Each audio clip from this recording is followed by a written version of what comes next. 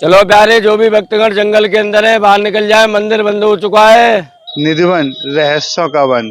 आज भी यहाँ पर भगवान रास लीला करने के लिए आते हैं। मैंने अपने जीवन में दो आदमियों को यहाँ मरते हुए देखा। पहले रंग महल के नीचे एक कोठरी बनी हुई थी, उस कोठरी में से वो लाश निकली और पुलिस उस लाश को उठा के ले गई थी। निधिवन में वो शक्ति है कि रात में राधा कृष्ण यहाँ आती हैं और रास करती हैं। कोई आदमी जो है वो निधिवन में रह गया होगा भगवान के दर्शन करने के लिए, राधा कृष्ण के दर्शन करने के लिए, जिस वजह से कि वो मर गया। बताते हैं बांसुरी की आवाज आती है, घुंघरू की आवाज आती है, सुनाई दी कभी आपको? आवाजें तो सुनाई दी, भगवान के, राधा कृष्ण के, बिहारी जी के दर्शन हुए। हाँ, अगर हम भक्त प्रहलाद बने तो हमको भगवान के दर्शन हो सकते हैं। श्यामा प्यारी कुंज बिहारी, जय जय श्री हरिदास दुलारी। राधे राधे, मैं हूँ सौरभ। निधिवन रहस्यों का वन।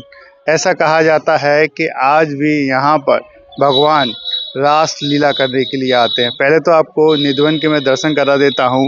निधिवन आप देखेंगे, ये जो लता पता है, ऐसा कहा जाता है कि यही गोपी का रूप धारण कर लेते हैं और रात में ये ठाकुर जी के साथ रास लीला करते हैं। और यहाँ आप देखेंगे आसपास में यहाँ पर कई ब्रजवासी यहाँ रहते हैं, कई लोग यहाँ पर रहते हैं। हमारे साथ हैं राधा रमन मंदिर के सेवायत पद्मलोचन जी, जिनका निवास एकदम निधिवन के समीप में है, एकदम दीवार चिपकी हुई है। आइए इनसे बात करें, क्योंकि बचपन भी इनका यहीं बीता। क्या यहाँ पर अनुभव होता है, उनसे बात करते। राधे राधे। राधे राधे जी। मैं पद्मलोचन गोस्वामी राधा रमन मंदिर का सेवायत हूँ।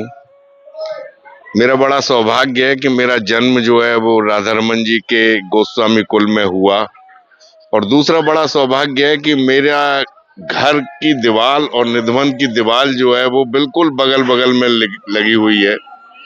बचपन से ही मैंने निधिवन के दर्शन किए, निधिवन में परिक्रमा दी है, और निधिवन एक राधा कृष्ण की क्रीड़ा स्थली, रास स्थली का स्थान रहा है। इस विषय में मैं ये कहूँगा कि क्योंकि मेरा घर जो है वो निधिवन के बिल्कुल बराबर ही है, मैंने अपने जीवन में दो आदमियों को यहाँ मरते हुए देखा। जब मैं 10-12 साल का था तब मैंने एक व्यक्ति को, निधिवन का जो रंग महल है, उस रंग महल के नीचे एक कोठरी बनी हुई है, अब है कि नहीं मेरे को पता नहीं, लेकिन पहले रंग महल के नीचे एक कोठरी बनी हुई थी, उस कोठरी में से वो लाश निकली और पुलिस उस लाश को उठा के ले गई थी। दूसरे दिन सुबह मैंने देखा काफी पुलिस आ गई। मैंने वहां पता किया, क्योंकि मेरा घर सामने ही था, मैं उसको बराबर देख रहा था। तो बोला कि साहब कोई आदमी मर गया है, उसने रात में यहाँ रहने की कोशिश की होगी, जिसकी वजह से वो मर गया है। दूसरा एक इसी तरह का वाकया मैंने और 4-6 साल पहले, यानी कि 17-18 साल की उम्र में मैंने ये देखा।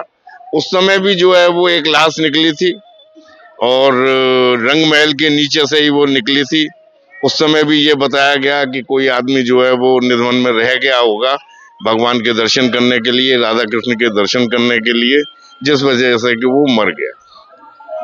वाकई भगवान जो है जब खंबे में से प्रकट हो सकते हैं, जब भगवान भक्त प्रहलाद की पुकार सुन सकते हैं, तो भगवान क्यों नहीं हरदास जी की पुकार सुन सकते हैं। हरदास जी ने बिहारी जी महाराज को प्रकट किया। आज वृंदावन जो है की जो पहचान है वो बांके बिहारी मंदिर के नाम से है। वृंदावन में इतना टूरिस्ट आता है, इतने भक्त लोग आते हैं जो कि बिहारी जी के मंदिर के दर्शन करने के लिए बड़े ही लालायित रहते हैं। और निधिवन के दर्शन करने के लिए वो जरूर आएंगे, क्योंकि बांके बिहारी जी की प्राकट्य स्थली निधिवन है। देखिए, हाँ, इस कलयुग के समय में जीव जो है वो भगवान के दर्शन करने में अक्षम है, क्योंकि जीव के आगे और भगवान के आगे माया का पर्दा लगा हुआ है। अगर जब वो माया का पर्दा हटेगा तभी आपको भगवान के दर्शन होंगे। स्वामी हरदास जी हरवंश जी, गोपाल भट्ट जी, इन लोगों को भगवान के, राधा कृष्ण के, बिहारी जी के दर्शन हुए। इन लोगों के आगे माया का पर्दा नहीं था। ये तो सत्य सनातन भजनानंदी थे। भजन करना इनका कार्य था, प्रभु की सेवा करना इनका कार्य था। इन्हीं के प्रेम और करुणा के कारण जो है वो बांके बिहारी जी, राधा वल्लभ जी और राधा रमन जी का प्राकट्य हुआ। आज समय परिवर्तन हो रहा है। वृंदावन में पहले इतनी भीड़ जो है वो नहीं आती थी, जो कि आज जो है अटूट भीड़ वृंदावन में आ रही है। और निधवन में भी इतनी भीड़ पहले नहीं आती थी जितनी की भीड़ अब निधवन में आ रही है। और निधवन, क्योंकि सोशल मीडिया में आपने पहले भी देखा होगा, निधवन में वो शक्ति है कि रात में राधा कृष्ण यहाँ आती हैं और रास करती हैं। ऐसा यहाँ लोगों ने देखा है, लोगों ने महसूस किया है। और महसूस करने के बाद वो जब अपने परिवारीजन को या अपने रिश्तेदारों को या अपने मित्रों को ये बात बताते हैं तो वो और लोग भी जो है वो दर्शन करने के लिए लालायित होते हैं।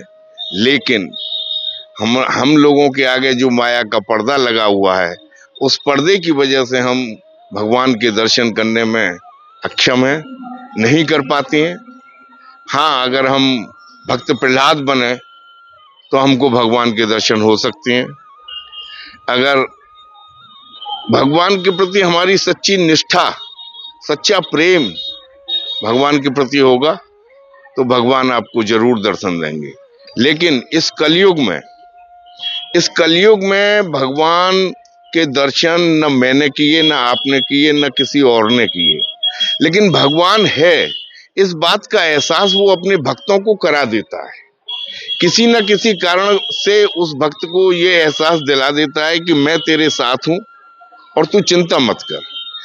भक्त भी ये सोचता है कि ये भगवान की कृपा मेरे ऊपर हुई है। भगवान के उसने दर्शन नहीं किए, लेकिन उसको उनकी कृपा का अनुभव करके ही ये महसूस हो गया कि भगवान इस युग में हैं और जो मेरे साथ है। आपकी दीवार एकदम चिपकी हुई है निधिवन से। आप कह रहे हैं कि बचपन से ही यहाँ रहते हैं। पहला घर आपका एकदम निधिवन के एकदम बिल्कुल पास था जी, थोड़ा सा दूर, मतलब दिखता है यहाँ से एकदम निधिवन चिपका हुआ है। तो क्या अनुभव रहा बचपन से आप रहे, बचपन के थोड़ा सा बताइए। आपको क्या यहाँ बताते हैं बांसुरी की आवाज़ आती है, घुंघरू की आवाज़ आती है, सुनाई दी कभी आपको? नहीं, आवाजें तो सुनाई दी जब हम बहुत छोटे थे। तो निधवन का ये स्वरूप नहीं था जो इस समय स्वरूप है निधवन का। निधवन का स्वरूप जो है बड़ा ही सुमर्ण वातावरण था निधवन में।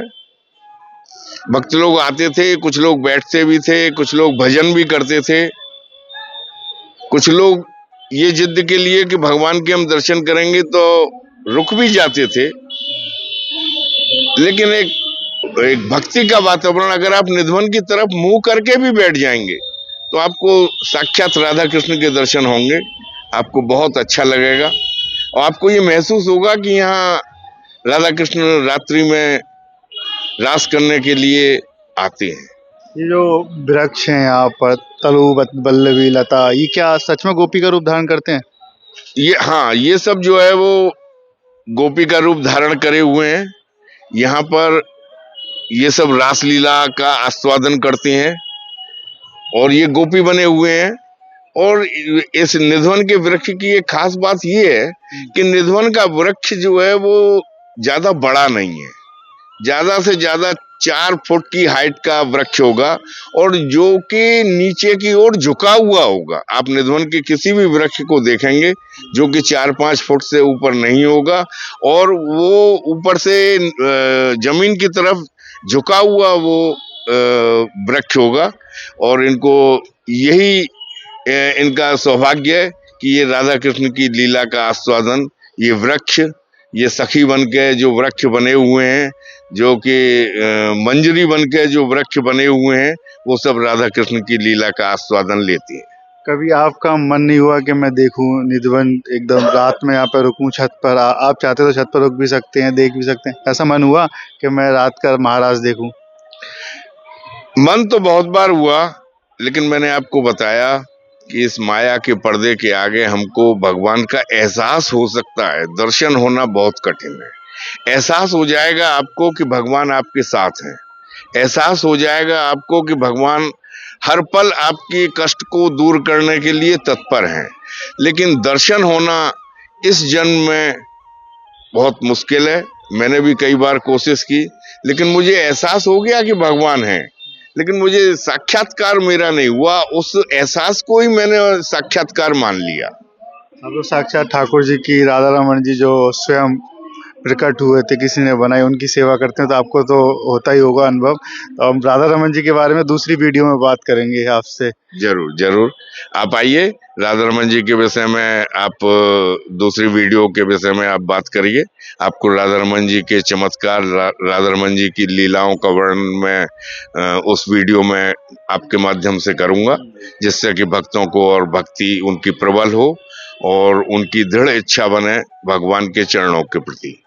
राधे राधे। राधे राधे। देखिए, अब तक हमारे साथ रहे राधा रमन मंदिर के सेवायत पदम लोचन जी, जिन्होंने बताया कि निधवन में जब कुछ साल पहले की बात है, कोई रुकने की कोशिश की तो वहाँ उनकी मौत हो गई। और ऐसा कहा जाता है कि आज भी जो वृक्ष हैं वो गोपी का रूप धारण कर लेते हैं। कहते हैं कि कई बार इच्छा की कि यहाँ पर रुकूं, लेकिन वो नेत्र, वो एहसास तो यहाँ पर होता है, लेकिन इस कलयुग में देखना असंभव है ठाकुर जी को। या आपको अगर ठाकुर जी को पाना है तो भक्त प्रहलाद आपको बनना पड़ेगा, श्री हरिदास जी बनना पड़ेगा, श्री गोपाल भट्ट गोस्वामी जी बनना पड़ेगा, तभी आपको साक्षात ठाकुर जी मिल पाएंगे। राधे राधे।